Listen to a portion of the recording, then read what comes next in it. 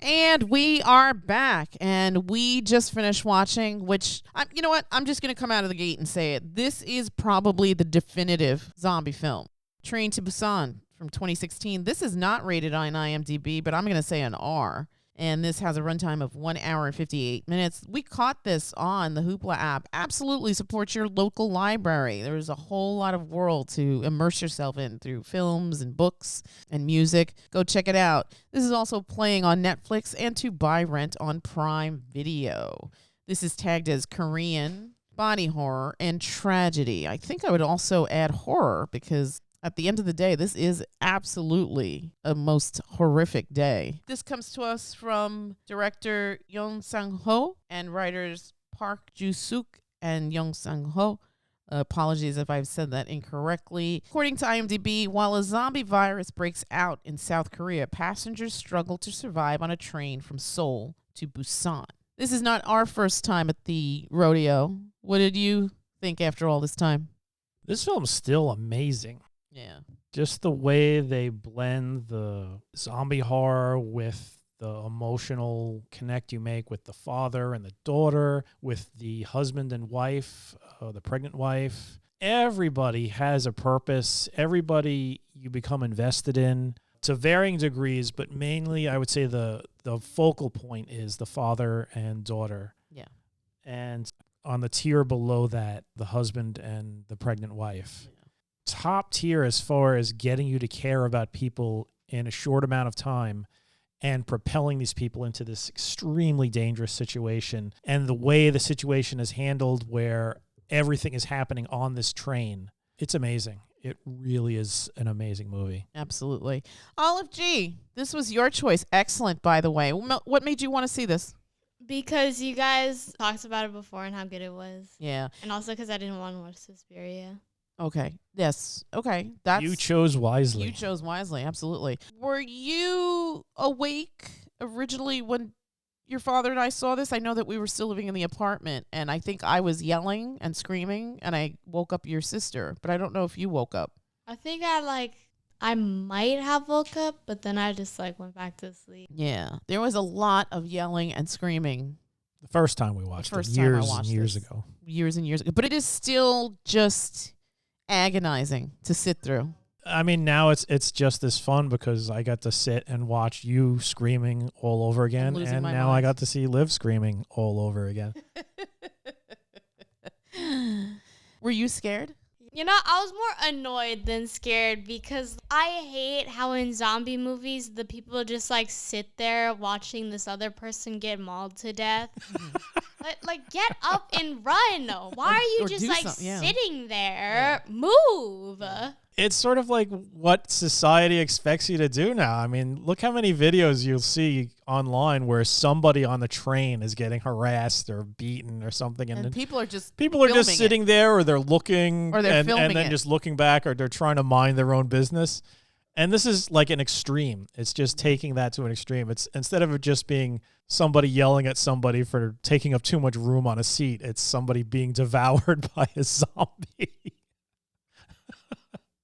Did you have a favorite character, Olive G? I think I know who it is, but the husband. The husband, right? Yeah. Yes. I love the husband. Oh my God.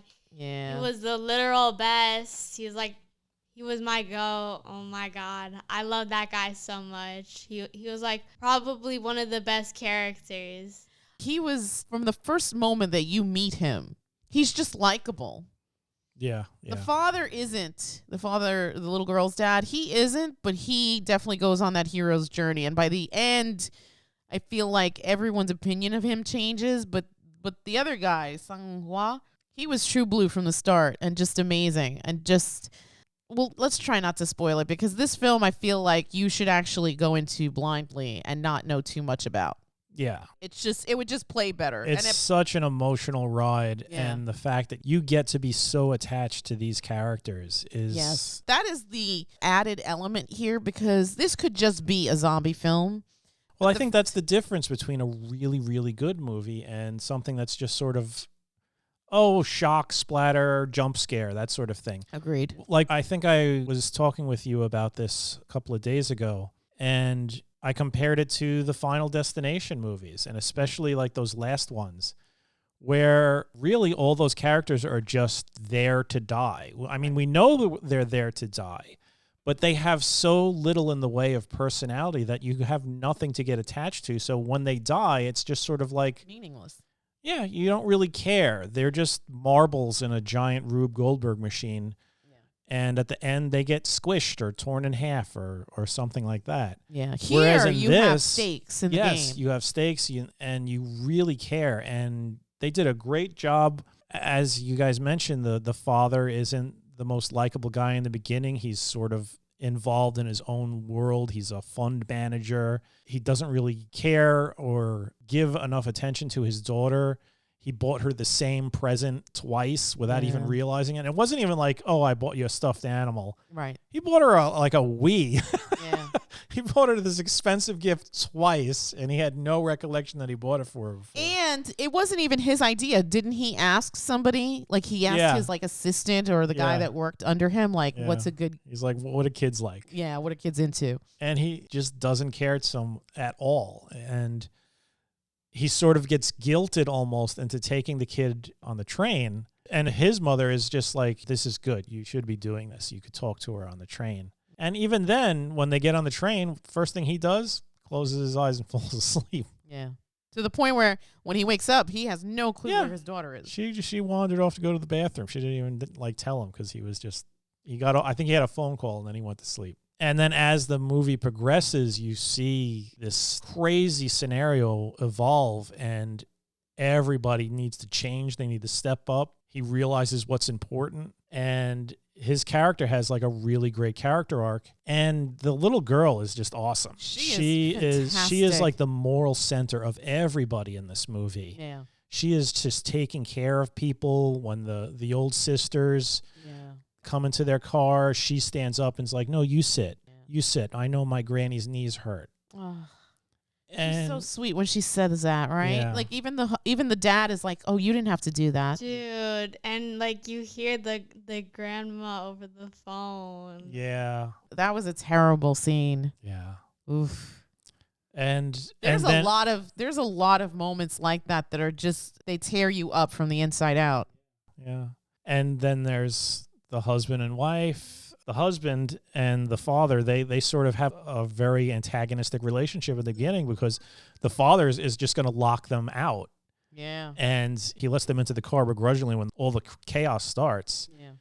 And the husband's like, when are you going to apologize? And it's funny, at the end, he does. He actually says, I'm sorry. I'm sorry. Over and over. Yeah. Yeah. I mean, this is one of those films that I feel like I spend a good portion of it looking through my interlaced fingers to see, because it's just too much. It's just too much. It hurts my heart. And it's funny because we watched it and I'm yelling and screaming, and then I stop myself and I'm like, I know what's going to happen. And yet I'm still carrying on like me yelling at the TV or is going to change the outcome of what's going to happen here. Both of you were extremely invested in this.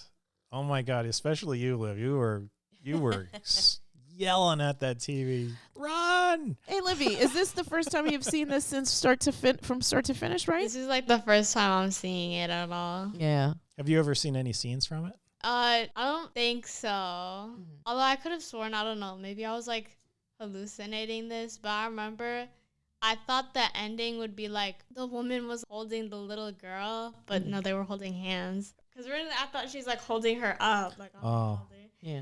But no, they were just holding hands, and then she started singing, and it was like, huh. Yeah. Yeah. Yeah. It's funny because for most of the movie, it's just anxiety after tension after anxiety after agita, just constant. It's constant. It doesn't stop. And then when we get to the end, it almost ratchets down so far down that you almost can't believe that this is really happening. At least for me. At least that was my interpretation. Because I'm so wired up from just the watch experience of like 98% of this film. They do a great job of utilizing the viewer's emotions to really become involved in this movie. Yeah, agreed. Livy, did you have a favorite character? I probably said the husband. Yeah. Either that or the granny. Aw. The one in the The baller granny that opens the door, yeah. right? Oh my god. Yeah. I genuinely respect her for that. Oh my god. Yeah. Yeah, Oh she my was an God. instrument of justice. Yes. in that Yes. moment. Although I wish her opening the door would have killed that snobby bastard. The businessman. Yeah, I think we all Yeah, the disliked him. business- Oh the my god, businessman I was wanted the him to die worst. so bad. Yeah. It wasn't enough for the father to just start punching him a little. He should have beat him more. Yeah, he should have taken He his should- head and just kept crushing it into the floor until there was only the white meat showed, as Yeah. Bernie Mac would say. Yes. Or as Reese said, beat him and never stop stop. beating him. I love that one. Liv, you're a little older now. Did any of this really scare you, or were you okay? I was okay. Like Yeah. there wasn't anything like really bad that would have scared me. But like still I was like nervous for them. Sure, Like, I was- sure. I was genuinely so angry during that scene when the soldier was like, "Help me!" Like he's going down the hallway, he's just like, "Help me!" And then the zombie soldier comes and like gets him on the ground. Ground. Ugh. And then Was it the father and like, the husband the start the running? father Right? is just sitting there on the floor like an idiot, and he's just watching this, and Yeah. I'm just like, "Oh my god, Yeah. please, for the love of God, get up!" And move. And then there's the other scene where the homeless man saves him from By- that, by putting the coat over that zombies. Yeah, and then yeah. he just sits there. Yeah. He just sits there like an idiot. Yeah. Get up. Yeah, Get yeah. up. Go to the exit. Do something. Yeah. Please, sir. Well, I think the other thing about this film is that these aren't your slow zombies. When people No, get no, infected, it is instantaneous. Yeah, I like the way they handle the zombies. Like, this is the sort of zombie holocaust that it's believable because the infection happens so quickly. It follows that 28 days Yeah, kind of yeah. viral thing. And like, I can fully get behind that. I've said this before, but one of the problems I've always had with like classic Romero style zombie movies is it wouldn't cause the end of the world. There's just no way that slow moving, staggering zombies would take over the world in the way that they do. Right. I mean, I know in horror movies people are stupid, but there's no way that like the entire military, police, general public are that stupid. I mean, there's a case to be made, I think. There's a case to be made. But I understand what you're saying. It's especially not. There are just too many people with guns. They would be loving it. They would Yeah, just be sure. like, wait a minute. I get to use whatever guns I have, and I could blow off heads. All right. And these guys, they barely move. They're like staggering. I could pretty much walk 3 feet up to them and just point blank range them in the face. There would be no zombies. But these fast ones, I mean, they're just biting people. And then the other person starts convulsing, and I really love the way that they move. They were Yeah. they must have hired every contortionist in the world Yeah. because their arms were behind their heads. They're flopping around. They're running around like crazy, and I love the way it was filmed with like off kilter angles and handheld camera work. Yeah. So the zombies' heads are like thrashing back and forth. Their mouths are open. There's blood everywhere. And one thing that was interesting, it says that there's gore and, there is blood, There is. but it's not your typical zombie type gore where they're like pulling people's organs out or anything. Yeah. These things were just bite and move on. Yeah. Because now, Because that bite that was the end of you. yeah, like there wasn't anybody running around who was all savagely mutilated. This was Yeah, and I don't think they fed either. They just were about infecting. Yeah, they Yeah. weren't the flesh-eating zombies that you expect from a zombie movie. They were, Right. for all intents and purposes, they were like 28 Day Later type Infected. zombies. Yeah. Yeah. I don't even know if maybe they weren't even really dead. I imagine they were because there was a couple of scenes where there was that one scene where the helicopter was flying overhead with the zombies hanging on the skids. Mm-hmm. And they were falling a distance that nobody would survive from. And then they would just get up and they started chasing those skateboarders around. Yeah. there's too much to highlight in this film. This film will take you from 0 to 90. What starts out as like this kind of family drama of a young girl who's being pulled here and there by her two divorced, bickering parents turns into something else just entirely different. And I think the first clue that you have is at the beginning when you see the guy going into the quarantined area who hits something, turns around and sees that it's a deer or something, and then just keeps going. And then we pan back, and this deer who's all bloody gets up in the most bizarre way and then runs off. Yeah, and it's got those like white glassy eyes. White glassy zombie eyes, yeah. And the thing that's funny, I feel like this is a good film if you have a friend who's never heard of it and doesn't know anything, and you're just like, hey, let's watch a movie. What do you want to watch? Let's Train to Busan. Right. The title doesn't It's give so any clue away that innocuous, you're going yeah. to watch a movie where there are zombies running around killing people. Yes, yes. It's just like, what is that, like a romance or a rom-com? Yeah. No. Yeah, you just be Yeah, like, you'd just be like, no, watch. just You'll watch. You'll enjoy be this, yeah. pleasantly surprised.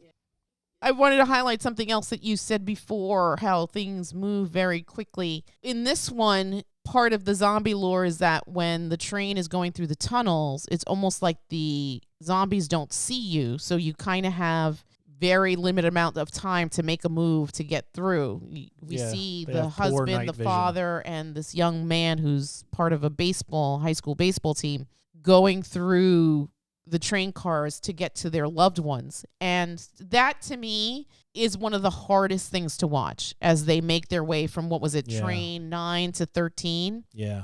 This is a masterclass in what to do in a horror film. And it also, it really highlights the husband because he's just like, okay, we're going. Yeah, this is it.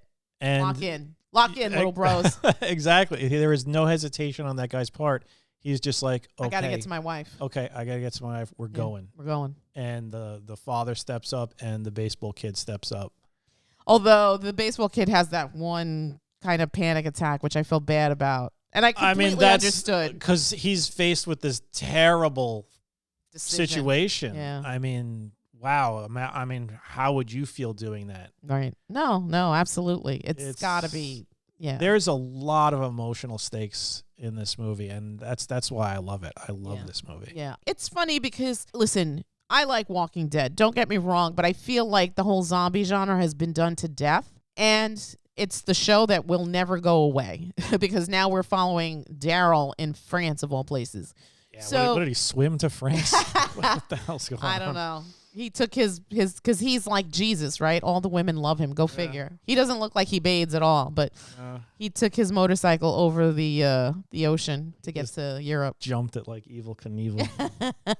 But so I know people talk about superhero fatigue, but I co-sign on a zombie fatigue because I think that unless it's funny, like a Shaun of the Dead, I feel like, all right, I'm done with zombies. Unless you're going to show me something interesting. But I think here, because can you believe this movie's going to be 10 years old next year?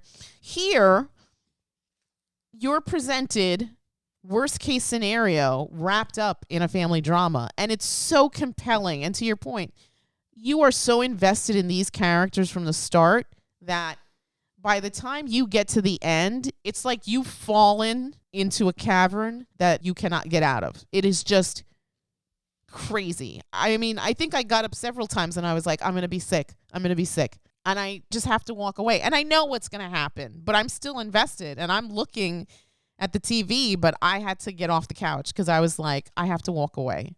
Yeah. I mean, as far as any fatigue, the truth is it's just bad writing fatigue. You know what? I think you're right. The You're problem, absolutely the problem right, is actually. that you have a profitable film in a specific type of genre, so then you get the hacks coming in, and they're just like, well, people just want to see zombies eating people. So we're just going to crank out either a special effects gore fest or just some cookie cutter money grab. Right. And you don't really care about the writing at all. It's just like people don't care about story. They just want to see spectacle.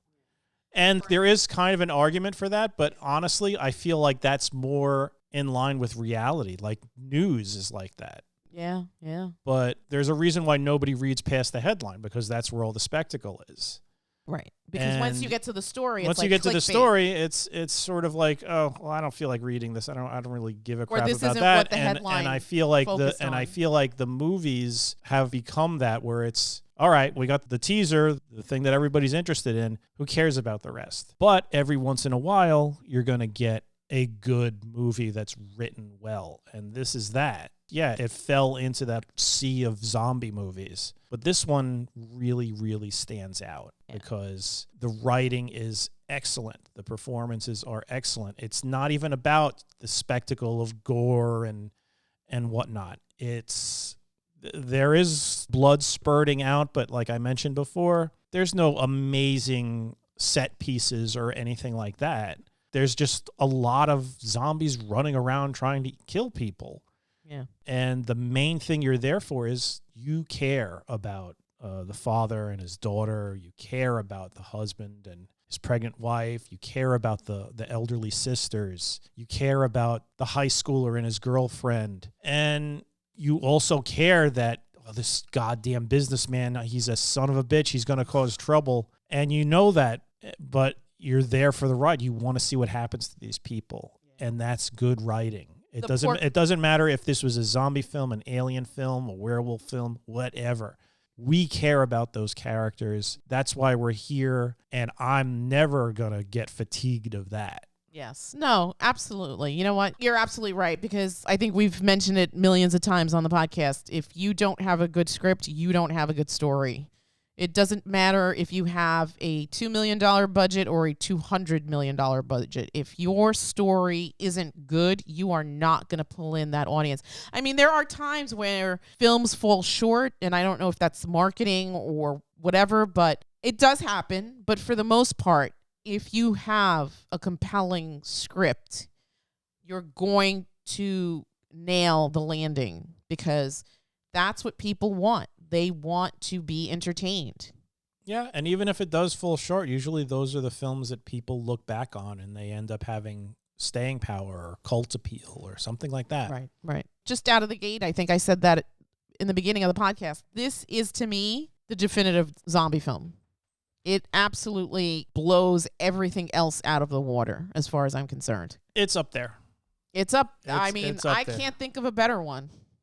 I can't really think of one offhand. Yeah. This could be my favorite zombie movie right now. Absolutely.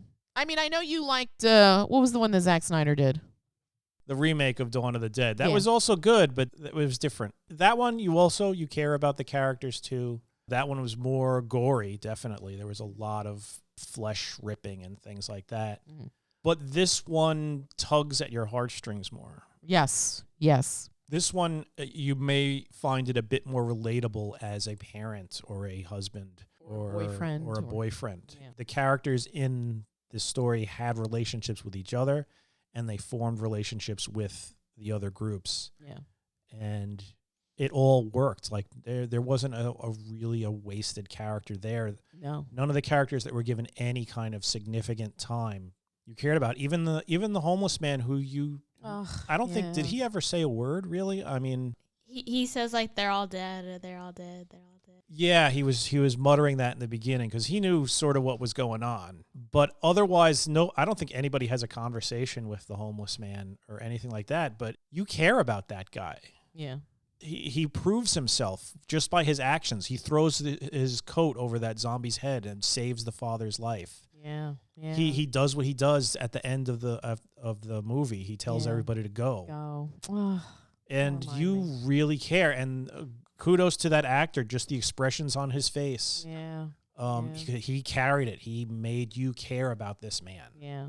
Yeah. So excellent work. To your point, yeah, by the time things go really south, you're so invested. You almost feel pain because they've sacrificed so much to get here.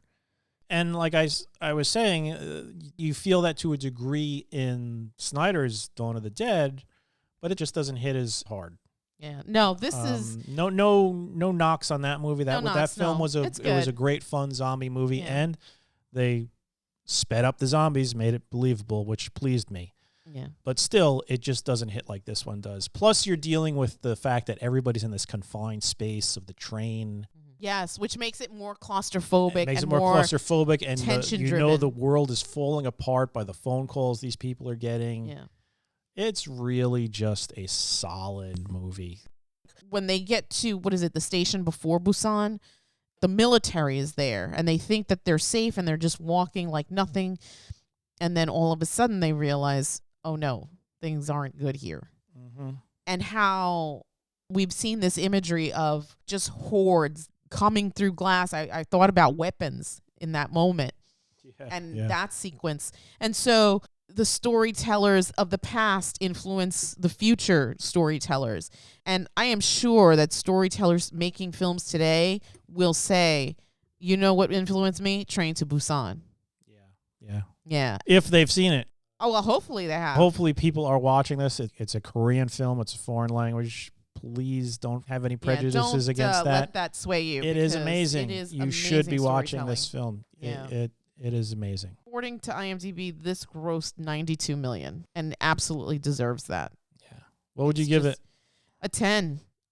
I mean, from start to finish, you can't improve on perfection. And I think that this is spectacular. I'm a little hesitant to see the second one, Peninsula, because obviously I don't know if it's going to be as good as this, but this can't be improved upon. This, to me, is the gold standard for zombie films because, again, not only are you getting scared by the things that are happening, the chaos, the carnage, but you are swept up in the emotional beats within the story, and they're lovely and heartbreaking and lasting. This is a film that will stay with you. I mean, I know that I don't watch this film a lot, but when I do, it creeps up into me and has me in a chokehold for weeks.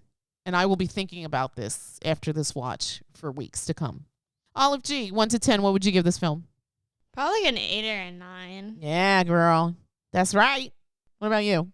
I would give this like a 9.5. Yeah.